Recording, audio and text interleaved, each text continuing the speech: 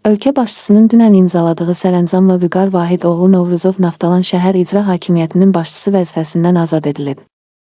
Digər sərəncamla o, Göygöl rayon icra hakimiyyətinin başçısı təyin olunub. Modern AZ-ın məlumatına görə Vüqar Novruzov yüksək vəzifəli məmurun oğludur.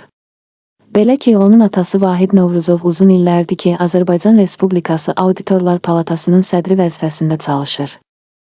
75 yaşlı Vahid Novruzov iqtisad elmləri doktoru, professordur.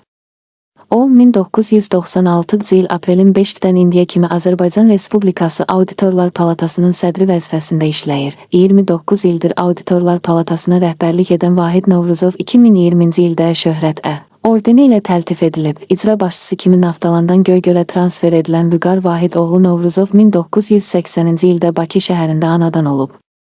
2001-ci ildə Azərbaycan Texniki Universitetinin mühəndis menecmenti ixtisası üzrə bakalavr. 2004-cü ildə Azərbaycan Dövlət İqtisad Universitetinin mühasibat uçotu və audit ixtisası üzrə magistratura pilləsini, 2017-ci ildə Prezident yanında Dövlət İdarəçilik Akademiyasının Dövlət və Bələdiyyə İdarə etməsi ixtisası üzrə magistratura pilləsini bitirib.